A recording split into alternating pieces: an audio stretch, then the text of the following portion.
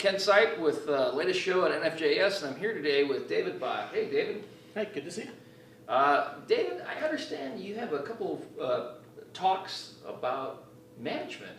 So, Sure. tell us about Yeah. it. Okay. I spent a number of years managing a several $1 million software project at a government contractor we were the prime, and we built make a long story short, an import-export control system for former Soviet Union countries for the State Department. So you're an importer-exporter. Exactly.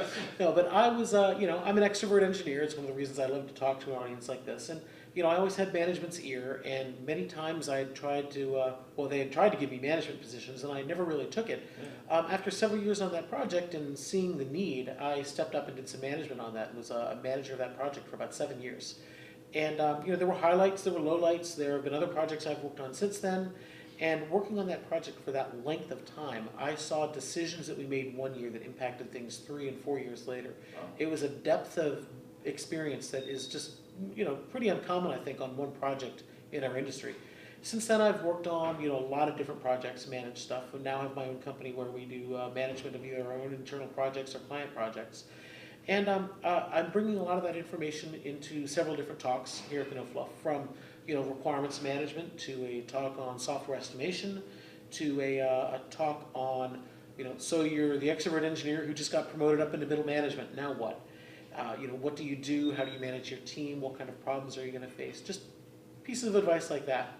From the trenches, stuff that I've had to encounter. Yeah, fascinating. And, So, would you say that the target audience with this would be someone who's already in management trying to improve, or would it be someone who's looking to get into management, or is it open to like any kind of developer who just needs to understand how management potentially thinks or how you interface to management? Yeah, it's. I often get the talk people start because I call the talk "Surviving Middle Management," Okay. and people ask me, does that mean being promoted into middle management or surviving the middle management I already have? And it can be a little bit of both. Yeah. The talk is structured to have a lot of free time for discussion because just sitting there talking about my experiences and how it might relate to you can be kind of trite. I want to bring it back around to people are asking me career advice. So do you encourage people to bring their challenges to the Yeah. as an attendee? In fact, I do this talk one of the last sessions, if not the last session, because I've had just now we had a conversation that went another hour and a half past the closing of the show with two people that were just asking various kinds of career advice. And it tends to be somebody who is either just promoted and trying to figure out what to do, or someone who's in line and wants to figure out how to position themselves, what skills they're going to need, that kind of thing. Yeah, that's fascinating. So I happen to know a little bit about you, and I know that you used to be a baker. And what was fascinating, well, why don't you tell us a little bit, if you're willing to share, some things about estimating and how that might apply to baking. It's funny you say that. I actually I bake my own wedding cake. And I use that experience in the estimation class, where we actually have some real-world examples where I show how we had to scale that recipe up and have people estimate things like the number of eggs, the number of pounds of flour, that kind of thing in that estimation class. The neat thing about that class is people always think about estimation in terms of time.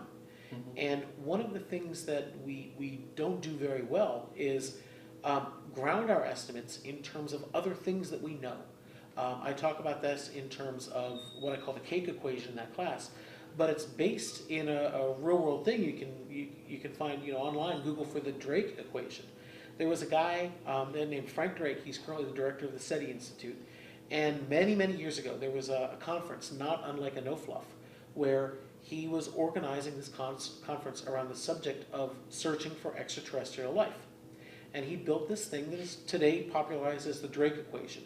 It's the number of stars in our galaxy versus, over the lifetime of those stars. We'll multiply by the number of planets that they have, multiply the number of those that are in the habitable zone, and the number of those that develop life, and then multicellular life, and intelligent life, and survive to advanced technology. And you get out of this thing a whole bunch of terms in this equation. And he developed that with the idea that each one of those was just going to be a track at a conference, and then he was going to throw the thing away. But then Carl Sagan popularized it in Cosmos. And I use this in my talk to talk about the estimation machine, in that over the years, as we've learned something about every one of those parameters, we can kind of refine the chances of finding extraterrestrial life in the galaxy. Well, the same idea, we can come up with an estimate. I use an example of a real-world client I have, monkeyc.com, that came to me with a problem. We're going to start hosting a number of videos for the Boy Scouts. and we need to estimate how much load that's going to cause on our server. Are we going to need to get more servers? So we sat down with the number of Boy Scouts versus the number of Boy Scouts that will visit weekly versus the percentage of those that are going to have videos they want to watch about tying knots and setting up tents, and from that come up with this whole equation that predicts what our server load is going to be because of peak traffic, because of the Boy Scouts. And they can come along now and say, well, we're actually going to do a more advertising, so we're expecting a 20% increase in viewership and then projects, and we can predict what that's going to do down to the new traffic on the server. In the same way, we can do software project estimation, build up an estimate of how long something will take based on the pieces we know, and guess the pieces we don't, and come up with a better grounded estimate. And then we can, as we want new information about our project, substitute in the terms that have now been more clear, and with our estimation machine, get a better refined estimate of software delivery. That's interesting. So well, it's pretty exciting stuff. It's very diverse. It's fascinating. Yeah. What would you say if you were to add to our viewership here? What would be the thing that you think is the biggest failure, or maybe the biggest two failures people have in estimating their projects? Why are we so challenged by this? First is people that aren't doing the work. Do the estimate and then hold a team to it. In fact, in the other talk I was just mentioning, one of the big things people come to me and said, well, I have 6 months to do a project that we estimate is going to take a year. Help? I was like, sorry, if I had some secret sauce that could do 6 months for a year, I'd be selling it. But there's this attitude of, we're just going to grind people and make the estimates work. Well, so first you have to have people that are doing the work, doing the estimates, because then they have skin in the game, right? They're going to work a little harder to be able to say, I'm going to make that deadline because it was mine. Right. If somebody's given a deadline, it's always easy to say, well, we didn't make it. It wasn't my fault. It was the wrong deadline. So the other mistake people often make with software estimating is not using the wisdom of crowds idea. Somebody asks you how long they think it'll take. So you said it would take 8 weeks. It's going to take 8 weeks, without ever having 2 or 3 people that know the project say, oh wait, you're forgetting about the admin console. Well, actually we have something like that we did before. It's only going to take 4 weeks, and collaborate a little bit on that. They just somebody asks for a gut feel, and they get that number. And there are all kinds of analogies we can use for that, like driving. If I'm driving from Washington, D.C. up to Philadelphia, I know how long that will take. I've driven it a dozen times, or a million times, that's where my wife is from. But if I'm doing it on a Friday afternoon, it's going to take a lot more time than it does on a typical Saturday morning. And finally, a common mistake is not keeping track of your progress towards that goal. Using that driving analogy, if I'm supposed to be in Philadelphia by 9 p.m., and I'm still in Baltimore at 8, I know at 8 I'm not going to be there at 9. Right. I shouldn't wait till 8:30 or 8:45 to tell people I'm not going to be there at 9. Hell, I probably knew at 7:30, right?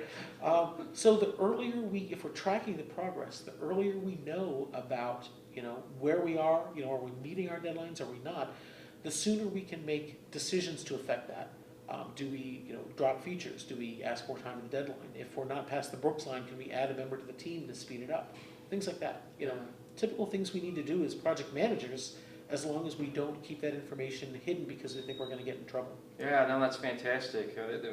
That sounds like something that anybody working in our industry could use and leverage. And you even said a couple of jargon-like words like Brooks line that I'm sure people could to get educated on in the process of coming to see your talk. It seems awesome. So thanks. Well, thank you.